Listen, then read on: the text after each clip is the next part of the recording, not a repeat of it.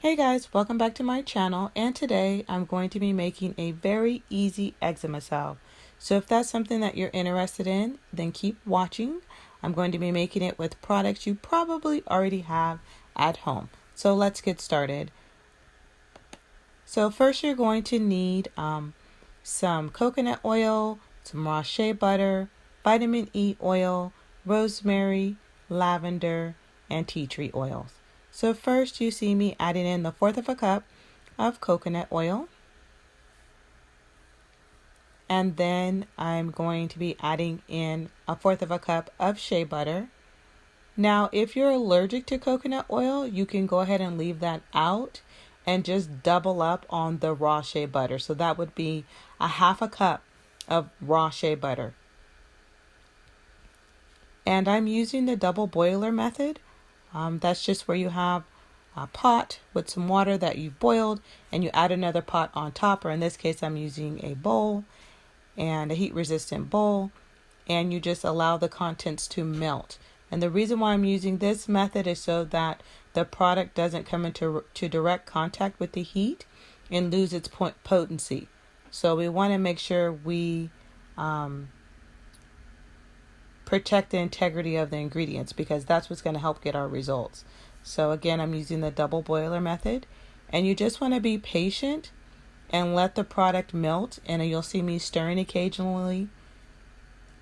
The shea butter tends to take a little bit longer to melt, but just be patient and continue to stir. Or you can just wait and let it just melt organically on its own. I like to stir mine.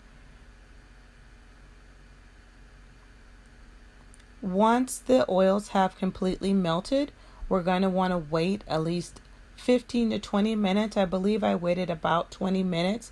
You want to make sure that your product cools down before you start adding in the other oils. So again, I waited about 20 minutes, 15 to 20 minutes for mine. It was pretty cool at that point.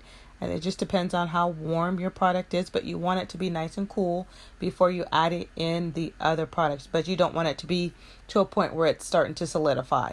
So once it cools down, you'll want to go ahead and add in your other oils, which is the vitamin E oil, the Rosemary Essential Oil, the Tea Tree Essential Oil, and the Lavender Essential Oils. So right now, I'm going to add in a 1/2 teaspoon of vitamin E oil. I apologize, guys, that this last part of this video is a bit dark. I was standing right in the way of the light, so I do apologize for that.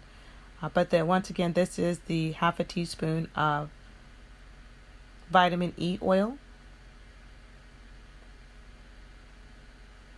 Then I'm following up with 15 drops of lavender oil.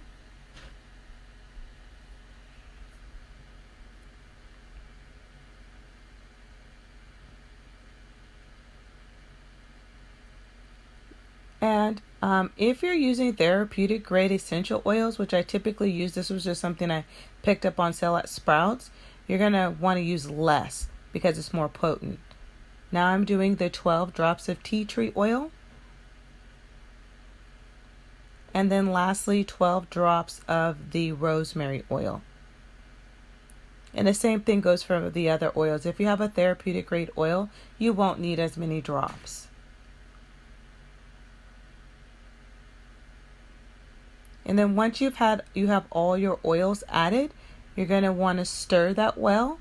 I like to agitate mine around, kind of swirl it around, and then go in with a spoon or spatula to mix it up. But it's whatever your choice is. There's no right or wrong way. We just want to make sure that we get all the products nicely incorporated. Then once you're all done, I like to pour mine into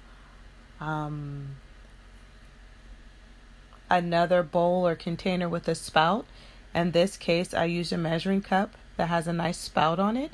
You don't have to do that. You can pour directly into your source or container without that. I just like something with a spout to keep things nice and neat.